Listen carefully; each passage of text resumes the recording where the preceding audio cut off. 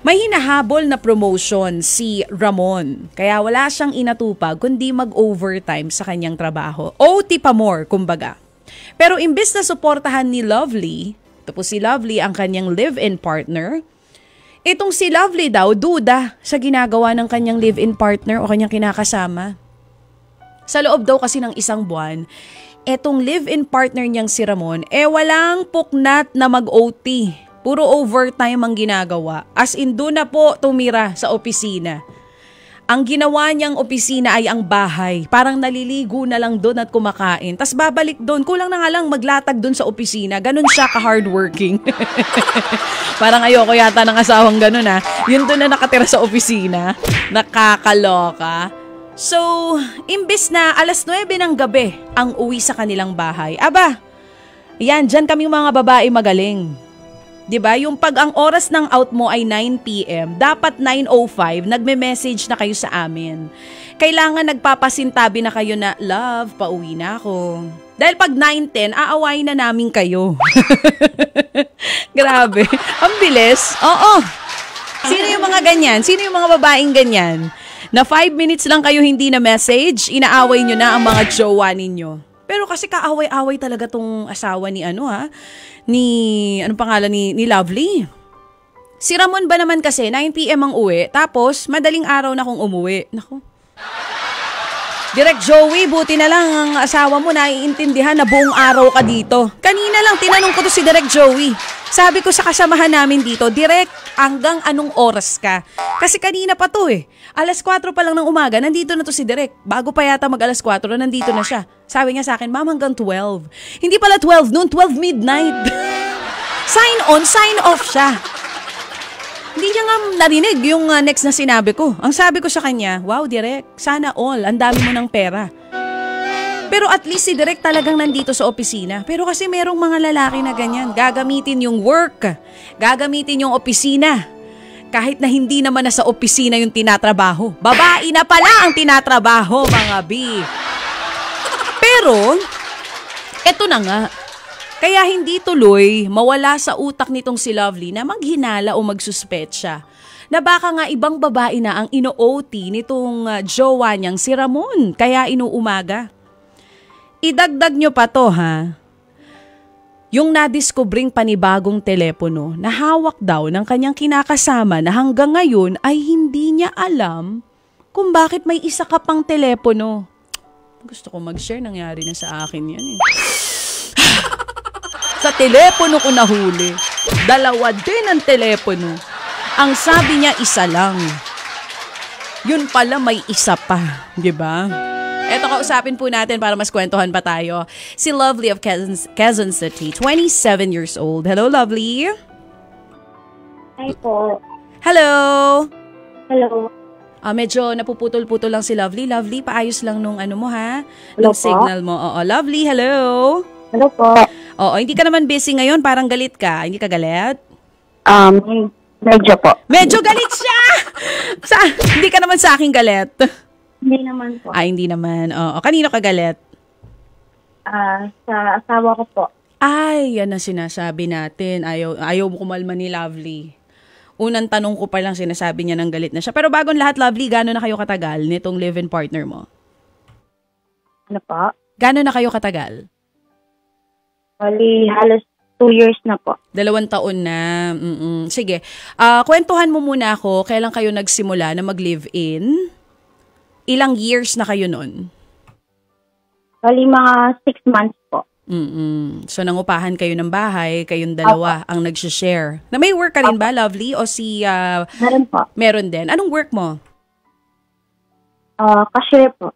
Cashier sa isang supermarket. Si mister or si live-in partner, anong work niya? Sa ano po siya? Sa mga courier po. Sa ano? Sa courier po. Parang courier. Opo, parang mga JNT, ganyan, opo. Air 21, mga ganon. Tama? Opo. Hindi siya sumagot, baka yun talaga yung kumpanya. Baka nasabi ko yung kumpanya ng asawa niya. Okay, Lovely. So, 6 months pa lang kayo sa relationship, nag-decide na kayo mag-live-in. For others, medyo mabilis yon na mag-desisyon kayo agad, no? Nag-live-in na. Anong parang nagpapayag sa'yo na, uy, pwede na.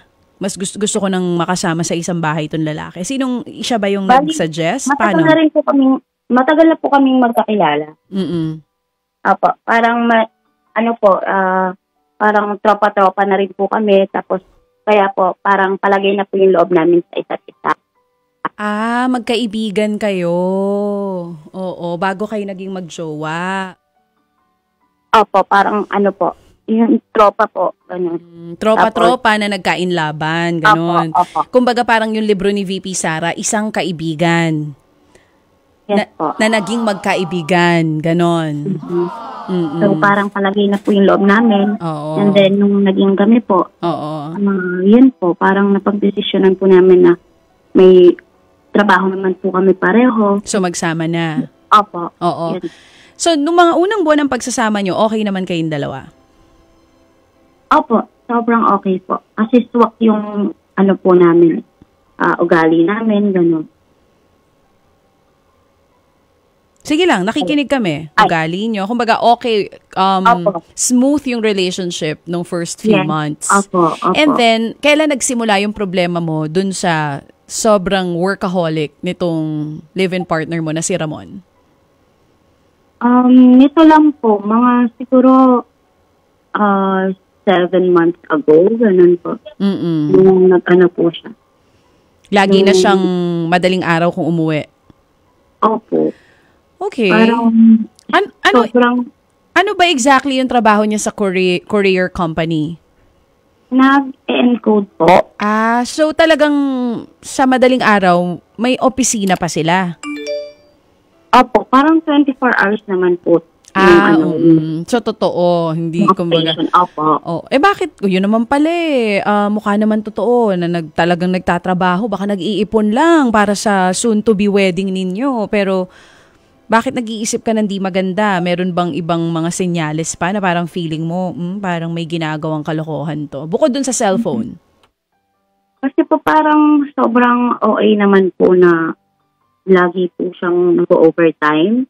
Na ano po ba yung tanong ko kung ano po yung hinahabol niya, bakit overtime ng overtime, parang wala na po siya masyadong time sa akin, ganun po. Then, meron pa po akong na cellphone niya, bagong cellphone. Kaya, yun po, naisip ko po talaga yun. Dahil po, sakto naman po, okay naman po yung kita namin dalawa kasi nagsishare naman po ako. Share po kami sa lahat ng gastos, ganun po.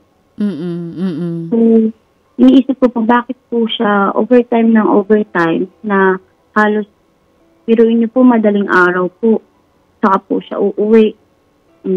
Ako lang po mag-isa sa bahay, ganun po. So, napapaisip po talaga ako. Kahit sino po sigurong babae, mag-iisip po ng ganun. Okay lang po sana kung mga isang beses sa isang linggo, yung overtime na, ganun. Okay lang po. Gaano ba kadalas ang OT niya sa isang linggo? Minsan po nabubuo niya yung isang linggo. Minsan po, 3 days, ganun, straight, ganun po. 3 araw na straight nag-o-OT siya. Opo. Oo. Tapos may bagong cellphone na hindi mo alam kung para saan yung purpose noon. Tapos hindi mo alam na bibili siya. Kasi di ba usually pag magkasama na kayo sa bahay, pag may malaking purchase or may planong bilhin yung asawa mo, lalo na medyo may kamahalan, parang minsan magsasabi yan sa'yo na, uy, bibili pala akong cellphone. So nagtataka ka, nagulat ka na lang, may bagong cellphone. Yes po. Yun bang cellphone na sinasabi mo, nahahawakan mo? Kumbaga nakikita mo kung sinong mga kachat? Opo, nakita ko naman po, na talikot ko na po, nakalkal ko naman po. Wala naman po ako nakita. Hindi siya nagagalit pagka kinakalkal mo yung cellphone niya kasi syempre yung privacy din ng partner natin, kailangan yun. Hindi tayo pwede basta mangalkal-ngalkal lang, di ba? Opo. Hindi naman po. Hindi siya nagagalit, kumbaga okay sa kanya? Okay lang po. Nung time na kinalikot ko po yun, parang tinignan ko po yung reaction niya kung magagalit siya. Kung magugulat siya or gano'n. Okay lang naman po sa kanya. Di siya nagalit, ano? Opo. So, purely for work yung cellphone? Sa nakita ko po, opo. Oo.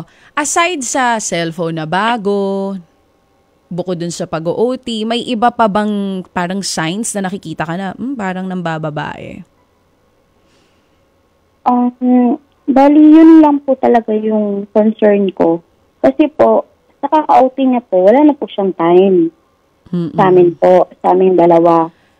So, yun po talaga yung maiisip ko. Hindi na kayo nakakapag-date, ganon. So, wala na pong quality time. Wala nang quality time. Tapos pag nasa bahay pa, it's either matutulog lang siya or baka nagse-cellphone lang, no? Hindi ka iniintindi. Dapat talaga binabasag na yung mga cellphone na yan eh. Chareng! Joke lang Mahal, wag mong basagin. Pinatatawa lang kita kasi parang intense ng feelings ni Lovely. Okay, kakausapin ko lang si Ramon tapos babalikan kita, ha? Okay po. Okay, dyan ka lang. Ito na po si Ramon, yung nirereklamo po ng kanyang girlfriend na di umano'y para tayo nasa Raffy Tulfo in action. Bigyan mo ako ng background music dyan. Asa si Shari? Paupuin niyo si Shari dito. Ito na po, mga kapatid, ang inirereklamo. Mula po sa Quezon City, 29. OT daw ng OT.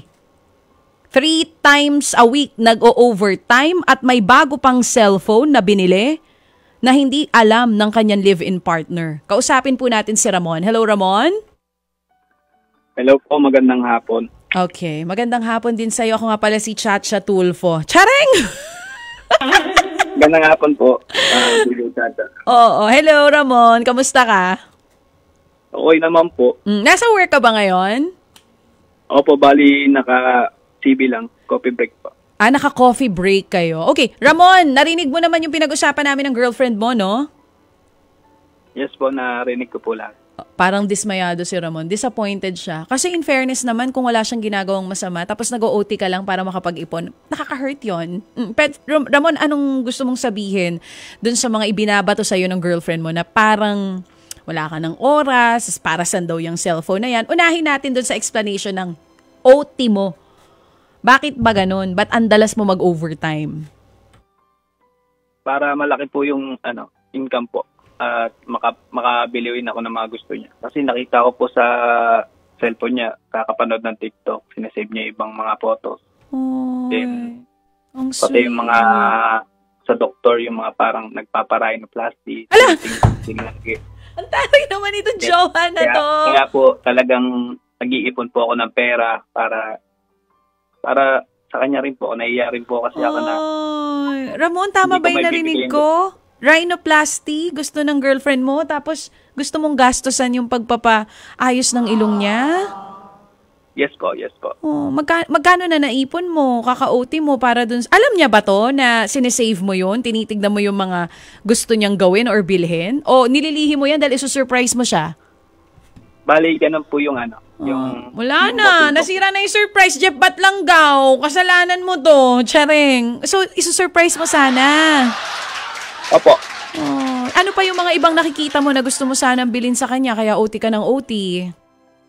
Yung bag po, saka yung mga damit. Saka mayroon po siyang mga sinisave na travel vlogs po na pang gusto niyang puntahan. Sabi ni Nia, sana yung out of the country na may out of the country. Nakalagay sa niya, parang sa booking.com saka yung mga po, yung sa ticket po na parang bibilin po na mura, ganun po. So para sa kanya lahat ng pag-OT mo? Yes po. Para po sa kanya talaga. Pero hindi mo sinasabi kasi gusto mo siyang sorpresahin. Yes po, gusto ko po talaga siyang sorpresahin. Tapos gusto ko sana rin para pag out of the country kami or somewhere else, magpropose ako sa kanya. Kasi hindi pa naman po kami kasal. Bayan? Sinira natin yung surprise proposal. Kasalanan talaga ni Jeff to. Charing. Sabi ni Jeff, bakit ako? Okay, pero ito. Sige, okay, yung cellphone. Ano explanation dun sa cellphone? Bakit ka bumili ng bago? Ang feeling kasi niya, baka may mga i-chat ka lang dun. Nagagalit po kasi siya kasi lagi pong hindi niya ako nakakontakt. Yung cellphone ko po, yung cellphone na lagi nalolobat, lagi pong may na rin signal. Yung luma pa po. So, bumili ka ng phone para hindi na siya laging nagagalit? Opo. Para sa kanya pa rin. Yes po, para sa kanya pa rin po. Para din po yung sa pag-i-encode ko po ng mga codes, medyo mabilis na rin po. Grabe. Kasi hindi pa po nag-provide yung company namin ng extra cellphone para dun sa... Napaka-selfless ni Ramon. No? Direk Joey? Si Direk Joey nga, kaya hindi na rin yan umuwi. Bibilan niya ng 30 hectares na mansyon, yung kanyang pamilya sa Davao. Charing. Yun nga po, nangungupahan po kami. Gusto ko rin po sana magkaroon kita ng nyo? sariling bahay. Sabi ko, bahay din sana. Gusto mong bumili ng bahay para sa inyo. Yes po, yung para makakuha din po ako sa loan sa Pag-ibig po, para medyo tumaas po yung ko po. Magkano ba per day mo, Ramon? If you don't mind me asking, ha? Minimum lang po. Bali, pag nagka-overtime po ako, medyo umabot po Dodoble. 1,000 Opo. mahigit. Parang 1,200. 1,000 Nagiging mahigit 1,200. Yes po. Mm-mm. At pagka may time pa po ako, bali pa po ako ng rider. Nagra-rider pa po ako. Nagra-rider ka rin? Yes po. Ano, angkas? Ano ka? Move it? Po. Bali, Food Panda sa Angkas po. Food Panda and nag-aangkas rider. Sobrang sipag naman ito. Teka, puntahan natin ulit yung girlfriend. Lovely? Lovely? Hello po. Narinig mo yung mga sinabi ng live-in partner mo? Opo. Ngayon mo lang ba nalaman yung gusto kanyang i-surprise dahil nakikita niya gusto mo daw magpa-rhinoplasty or yung magpapagawa ng ilong, tas isa yun sa mga gusto niyang gawin, yung mga sinesave mo, ina-archive mo ng mga videos ng mga gusto mong lugar na puntahan, pinag-iipunan niya, at maging yung pag-propose niya sa'yo, pinag-iipunan niya, yung ring, maging yung gasto sa kasal, bahay nyo sana kasi nangungupahan kayo. Nakokonsensya ka na ba? Opo. Naiiyak na nga po ako. Sige, mag-usap kayong dalawa. Ramon, si Lovely naiiyak sa kabila. Nagulat siya sa mga revelations mo kasi wala talaga siyang kaalam-alam na para sa kanya lahat ng pinaghihirapan mo. Sige, mag-usap kayong dalawa. Bibigyan ko kayo ng oras. Babe, Babe, I'm sorry. Sorry. huwag mo isipin na may iba ako. Wala talaga akong idea. Siguro lang ako. Nagkaan lang ako ng time para makasama ka, ganun. Pero wala talaga sa isip ko. Wala sa isip ko yung mga ganun. Sobrang tuloy ako na pinagdadaan kita. Yan pala lahat para sa akin yun. Sorry. Ramon. Alam mo naman para sa iyo lahat ng mga bagay na ginagawa ko.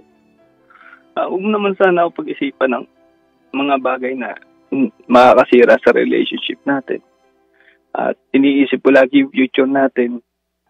Gaya nga na sinabi ko, nasiwalat tuloy yung mga bala ko dito sa radyo. Saka, yung mga mahilig mo, yung mga ramyon, di ba? Lagi mo inaano sa akin yan, nagkikrave ka. Kaya nga yung mga iniisip ko para sa atin. Siyempre, bahay, para sa pamilya natin. Kakaanak tayo. At yung mga travel goals natin. Kaya talagang nagsisikap ako. Nag-iipon ako ng pera para mapunan ko din yung, siyempre, yung mga likes mo. Saka, yung makapag-share tayo ng experience together na makapag-ikot-ikot at mas masayang relationship. Ayun lang ba? Ay, true love. Sarap ma-in love, no? Grabe, ang haba ng buhok mo, Lovely. Kita mo yun? Nagtatrabaho hindi para sa sarili niya, kundi para sa inyong dalawa. Opo. Thank you so much, babe. Alam mo naman na mahal kita. Lovely, alam mo na gagawin mo. Alam mo kung siguro hindi mo pinigilan yung iba pang pag-OT ng live-in partner mo, baka ngayon naka-rhinoplasty ka na. Chareng! Joke lang. Pinapatawa ko lang kayo kasi nag-iiyakan na tayo dito eh. Pero lovely, daming babaeng nakatutok sa atin ngayon. Naiinggit sa'yo. Sobrang, Ramon, hats off. You are so selfless. Yan, dyan mo malalaman kapag talagang in love yung isang tao, 'di ba? Kasi hindi mo na iniisip yung sarili mo. Ginagawa mo na lang nang hindi ka naghihintay ng kapalit para dun sa taong mahal mo. And yung mga ginagawa mo para sa kanya, hindi mo na kailangang i-broadcast. Hindi mo kailangan sabihin sa kanya na gagawin ko to for you, ginagawa mo na lang. So surprise mo nga sana siya, kaya lang, sorry, napurnada natin yung surprise mo. But I'm sure, dahil sa mga naging revelation ngayon, yung pagti-TH o pagtatamang hinala nito ni Lovely, hindi na mangyayari pa. So tama ba ako na ang desisyon nyo, letter T, try again sa relationship. At this time, Lovely, hindi ka na magti-TH pa. Tama ba? Opo, TH. At sa'yo naman, Ramon, approve ba sa'yo yung sorry ni Lovely? Kumbaga, alam natin na mahirap yung pinag-iisipan ka ng masama, mabuti naman talaga yung intention mo. Pero ganun pa man, okay lang sa'yo kasi mahal mo. Tama ba, Ramon? Yes po, mahal na mahal po siya. Wala pong problema dun sa paghinala niya. Kasi cute din po siya magselos talaga. Oh, cute siya magselos. Alam niyo to, yun, kailangan talaga sa relationship yun minsan. Wag lang araw-arawin. Lovely, okay lang maghinala ka minsan, magselos-selos ka. Pero wag everyday, nakakapagod yun sa part ng lalaki. Lalo pa kung wala naman siyang ibang ginawa, kundi magtrabaho para sa inyong dalawa. O ito na lang, bago kayo bitawan pareho, final words para sa isa't isa. Lovely, ito na, anong gusto mong sabihin kay Ramon? Babe, thank you for everything. I love you so much. Magiging okay na ako. Hindi na ako, supportahan na kita. Sorry talaga. I love you. And Ramon, your final words para sa iyong TH na girlfriend? Babes, tama na yung pagka-TH mo. Ako'y para sa'yo. At ikay para sa akin. Looks naman. Music! Huwag lang isipin yung mga bagay-bagay na makakasira sa relationship natin. Mamaya, pag out ko, libre kita ng ramen.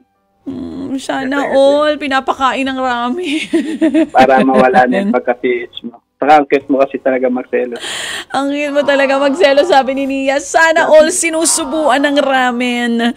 Nakakaloka. Pero alam nyo, hindi naman din natin masisisi talaga si Lovely. Kasi pag ikaw, babae ka, tas nasanay ka na hindi ganun yung attitude ng partner mo, magugulat kayo. Pero wag tayo agad maghihinala. Yun eh. Hindi tayo agad nag-iisip ng masama towards our partner.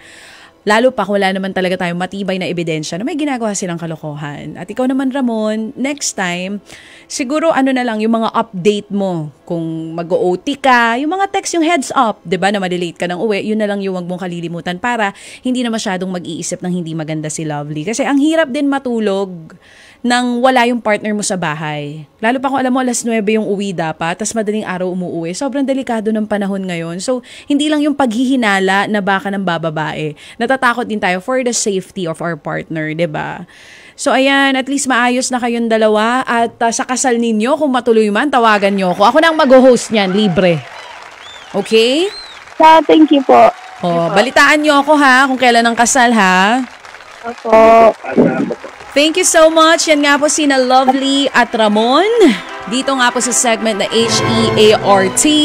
Letter A, approve for Ramon. At letter T, try again for Lovely.